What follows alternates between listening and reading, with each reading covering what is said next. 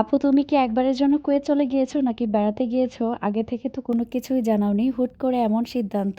আপনাদের সব জানতে চাওয়া প্রশ্নের উত্তর, সেই সাথে ঢাকা টু কুয়েত জার্নির সব গল্প শেয়ার করব আজকের ভিডিওতে।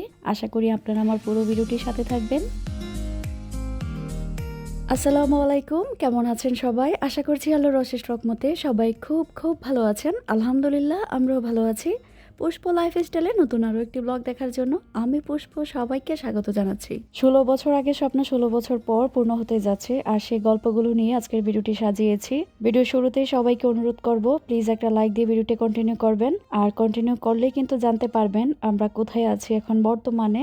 আর আজকের এই ব্লগটার জন্য কিন্তু সবাই অনেক বেশি অপেক্ষার মধ্যে ছিলেন। আমি তো এক দেশ থেকে আরেক দেশে এসেছি, নিজের দেশ ফেলে আসা, নিজের বাসস্থানটাকে ফেলে আসা, এক দেশ থেকে আরেক দেশে এসেছি। এখানের আবহাওয়া সবকিছু মিলিয়ে নিজেকে নতুন দেশে মানিয়ে নিতে একটু সময় নিচ্ছে। আপনারা যে আমাকে এত এত খোঁজখবর নিয়েছেন আর এত ভালোবাসা দিয়েছেন, দোয়া করেছেন, ভিডিও শুরুতেই আপনাদের কাছে আমি কৃতজ্ঞতা প্রকাশ করছি। অনেক অনেক ভালোবাসা থাকবে আপনাদের জন্য।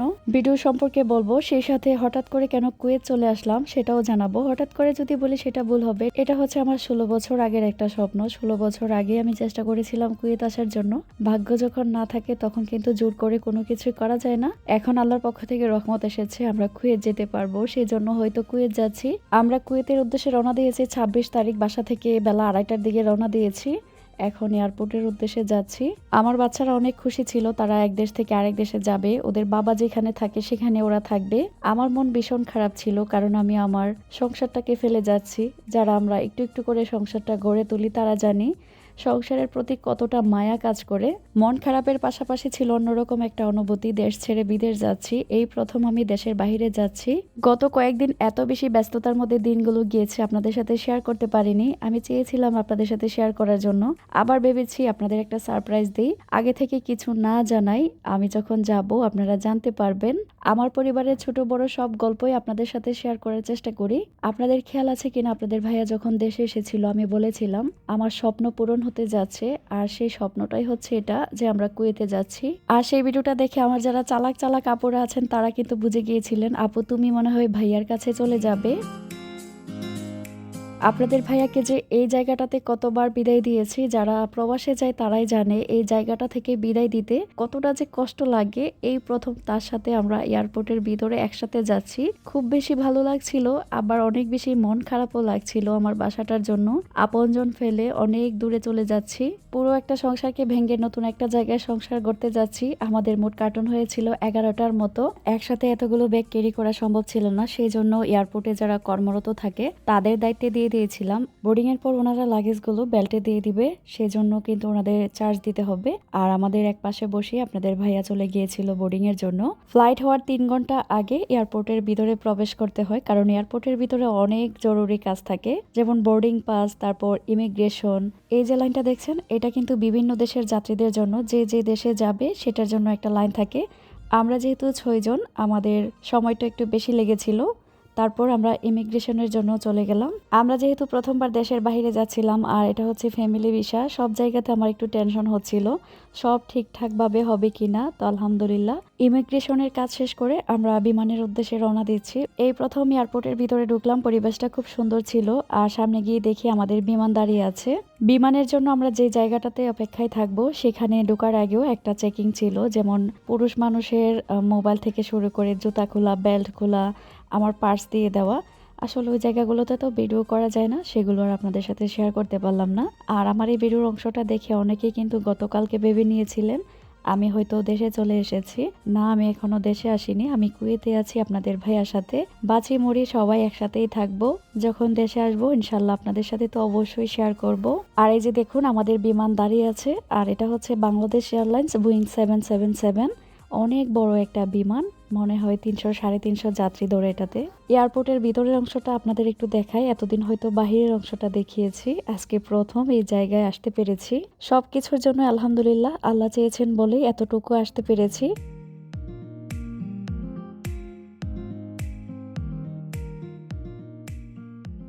আমাদের ফ্লাইটের সময় হচ্ছে 5টা 45, আর ইফতারির সময় ছিল 6টার দিকে। এটা নিয়ে একটু টেনশনে ছিলাম যে ইফতারিটা কোথায় করব, আমরা কি বিমানে বসতে পারবো কিনা বা ইফতারি এখানে দিবে। পরে দেখলাম যে সিরিয়াল অনুযায়ী ডাকছেন, সবাই কিন্তু বিমানের উদ্দেশ্যে রওনা দিচ্ছেন। আমাদের সিরিয়াল আসলে আমরাও ভিতরে যাব। চলুন এখন তাহলে আপনাদের কিছু জানতে চাওয়ার প্রশ্নের উত্তর দিই। অনেকে জিজ্ঞেস করেছিলেন, আপু তুমি কি বেড়াতে গিয়েছো নাকি একবারের জন্য কুয়েত চলে গিয়েছো? চিন্তা ভাবনা তো একবারের জন্যই, ফ্যামিলি ভিসা যেহেতু, এখন থেকে হয়তো আমরা কুয়েতেই থাকবো। আমার ছেলে মেয়েদের আসলে কুয়েতে ভর্তি করার চিন্তা ভাবনা, ওদের জন্য এই স্টেপটা নেওয়া। এখানে পড়ালেখার পর ওরা যখন কলেজে যাবে হয়তো ইউরোপ কান্ট্রিগুলোতে ওদের পাঠিয়ে আমরা আবার দেশে চলে আসব। তার ফাঁকে দিয়ে ওদের যখন স্কুল বন্ধ থাকবে ইনশাল্লাহ অবশ্যই দেশে আসব। এখন কথা হচ্ছে ওইখানে মন বসবে কিনা। এক দেশ থেকে আরেক দেশে যাচ্ছি, মানে নিজের দেশ ছেড়ে অন্য দেশে যাচ্ছি। যদি ভালো লাগে তাহলে কুয়েতে থেকে যাবো, আর যদি ভালো না লাগে তাহলে নিজের দেশে আবার ফিরে আসব। যে দেশে জন্ম নিয়েছি, নিজের আপনজন সবাই এখানে। আমার কিন্তু আমার দেশের জন্যই বেশি খারাপ লাগে, শুধু বাচ্চাদের জন্য এই স্টেপটা নেওয়া, ওদের ভবিষ্যতের কথা চিন্তা ভাবনা করে। আর আপনাদের ভাইয়া তো এখানেই থাকে, সেও আমাদের সাথে থাকতে পারে না, বেশি সময় দিতে পারে না, দেখা যায় আবার চলে আসে এখানে। আবার দেখা যায় কুয়েতে 2-3 মাস থাকার পর বাংলাদেশে যায়, এখানেও ব্যবসা বাণিজ্য সমস্যা হয়। ওই চিন্তা ভাবনা করে ফ্যামিলি ভিসা লাগানো। আর এতদিন কিন্তু ফ্যামিলি ভিসা বন্ধই ছিল, মনে হয় 7-8 মাস আগে ফ্যামিলি ভিসা খুলেছে। তখন থেকে আপনাদের ভাইয়া পাগল হয়ে গিয়েছে আমাদের ভিসা দিয়ে তারপর কুয়েতে নিয়ে আসবে। ওই চেষ্টা করতে করতে আমাদের ভিসা লেগে যায়, আমরা কুয়েতে চলে আসি। আর অনেকের হয়তো প্রশ্ন থাকতে পারে আমার বাসাটা আমি কিভাবে রেখে এসেছি, বাসার জিনিসপত্র বা বাসায় কে খেয়াল রাখবে। বাসায় খেয়াল রাখার জন্য লোক আছে, আমি দায়িত্বে দিয়ে এসেছি। আর খালা একদিন পর পর আমার বাসায় কাজ করবে। আমি থাকতে যে যে কাজগুলো করেছিল, হয়তো কাজ কিছুটা কমেছে, সেই কাজগুলোই করবে। বাসা পরিষ্কারের জন্য যা যা করা দরকার সবকিছুই করে রেখে এসেছি। ইনশাল্লাহ আমি তো আমার নিজ গৃহে অবশ্যই ফিরবো।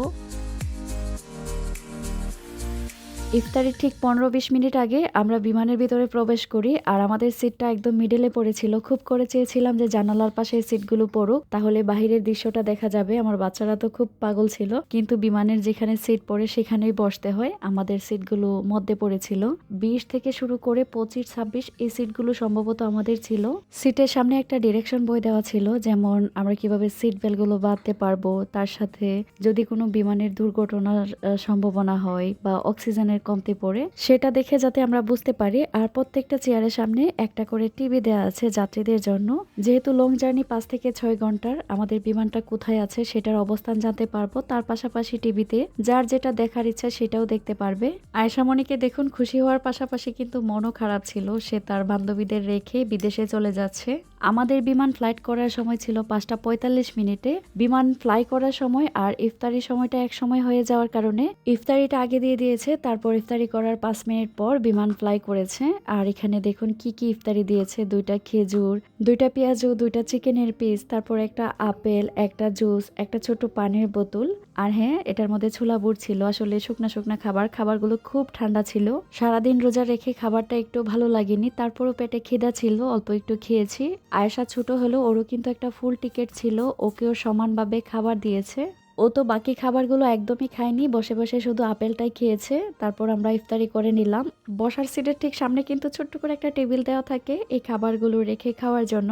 এই যে মুহূর্তটা, এই সময়টা অন্যরকম একটা অনুভূতি কাজ করছিল যে প্রথমবারের জন্য বিদেশ যাচ্ছি। আমার হাজবেন্ড যেখানে তার জীবনের অর্ধেকটা সময় পার করে দিয়েছে, সেই জায়গাটা দেখতে কেমন হবে, সেখানে আমরা থাকবো। এই জিনিসটা কিন্তু প্রতিটা প্রবাসীর বউর মনের মধ্যেই থাকে। আমি যদি আমার হাজবেন্ডের দেশে থাকতে পারতাম বা আমরা যদি একসাথে থাকতে পারতাম, যেতে পারতাম। অনেকে হয়তো চেষ্টা করে যাচ্ছেন। আমি দেখুন 16 বছর পর কুয়েতে যাচ্ছি। 16 বছর আগে গেলে হয়তো একা যেতে পারতাম, এখন 4 ছেলে মেয়েকে একসাথে নিয়ে যাচ্ছি। এটাও কিন্তু অন্যরকম একটা অনুভূতি যে ছেলে মেয়েকে নিয়ে বিদেশে যাচ্ছি স্বপ্ন পূরণের জন্য। আমার বড় ছেলেটাকে স্কুলে ভর্তি করিয়েছি, আর ছোট 2জনকে স্কুলে ভর্তি করিনি, যেহেতু এই দেশে চলে আসবো সেজন্য আর ভর্তিটা করানো হয়নি। বড় ছেলে কয়েকদিন ক্লাস করেছে। আমাদের ভিসা কিন্তু প্রায় 3 মাস আগেই লেগেছে। 3 মাসের মধ্যে কুয়েতে প্রবেশ করতে হয়, আমরা 2.5 মাসের মধ্যে প্রবেশ করেছি। এই ভিসা লাগাতে গিয়ে যে কতটা কষ্ট করতে হয়েছে সেটা আপনারা বিশ্বাসও করতে পারবেন না। প্রতিটা কাগজে সমস্যা ছিল, সেই কাগজপত্র ঠিকঠাক করে ভিসা লাগানো হাজবেন্ড ওয়াইফের জন্য খুবই চ্যালেঞ্জিং একটা ব্যাপার ছিল। তারপরও আলহামদুলিল্লাহ শেষ মুহূর্তে কিন্তু আমরা সাকসেস হতে পেরেছি। আমাদের ইফতারি করা শেষ, এখন বিমান উড়াল দিবে। আর প্রতিটা টিভিতে কিন্তু দেখিয়ে দিচ্ছিল কিভাবে সিট বেল্ট গুলো বাঁধতে হয়, আর তার পাশাপাশি যে যে জরুরি কাজগুলো থাকে সেগুলো দেখিয়ে দিচ্ছিল।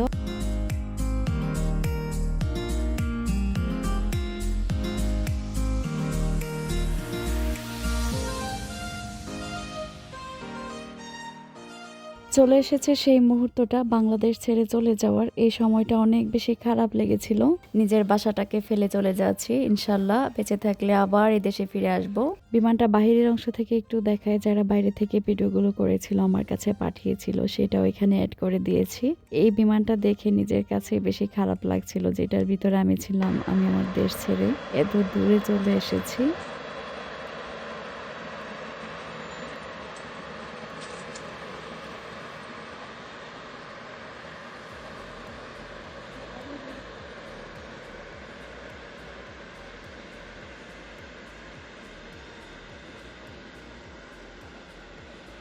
মিনিবাজার।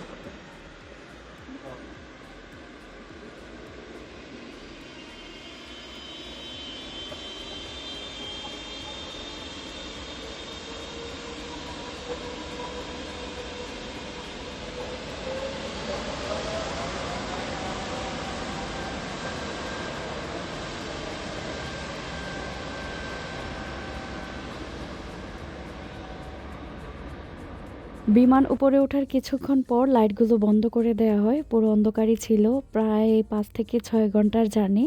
বসে থাকতে থাকতে একদমই ক্লান্ত হয়ে পড়ি। এই সময় আপনাদের ভাইয়া শেয়ার করছিল, যারা বিদেশ থেকে দেশে আসে তারা কিন্তু অনেক বেশি খুশি থাকে। বিমান একদম গরম হয়ে থাকে, সবাই কথা বলে বা উঠে হাঁটাহাঁটি করে। আর যখন দেশ থেকে বিমানগুলো বিদেশের উদ্দেশ্যে রওনা দেয়, মানে দেশের আপনজন ফেলে সবাই চলে যায়, সবাই একদম নিরিবিলি থাকে, সবার মন খুব খারাপ থাকে। বিমান উড়াল দেওয়ার ঠিক 1 ঘন্টা পর আবারও খাবার দিচ্ছে। ওই সময় তো হালকা পাতলা খাবার ছিল, এখন একটু ভারী খাবার দিবে। আর এখনের খাবারের মেনুতে ছিল ছোট্ট একটা পানি, এটা মিষ্টি জাতীয় একটা খাবার, আর ছোট্ট একটা বনরুটি, সালাদ ছিল, শসা, টমেটো আর লেবু। আর এই যে সাথে কাপটা দেখছেন, এটা দিয়েছে 4 জন্য। ভাত খাওয়ার জন্য 3টা স্পুন দিয়েছে, ভাত দিয়েছে।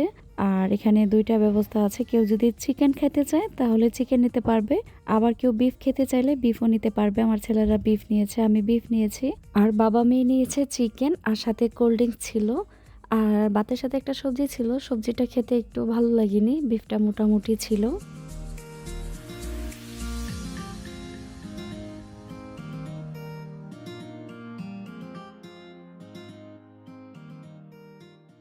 খাওয়া দাওয়ার পর অনেকটা সময় রেস্টে ছিলাম। আর 5 থেকে 6 ঘন্টার জার্নি, বুঝতেই পারছেন কতটা কষ্ট। হাঁটাহাঁটি করেছি, বসে থেকেছি, কোনো রকম সময়গুলো পার করেছি। নতুন দেশে যাব।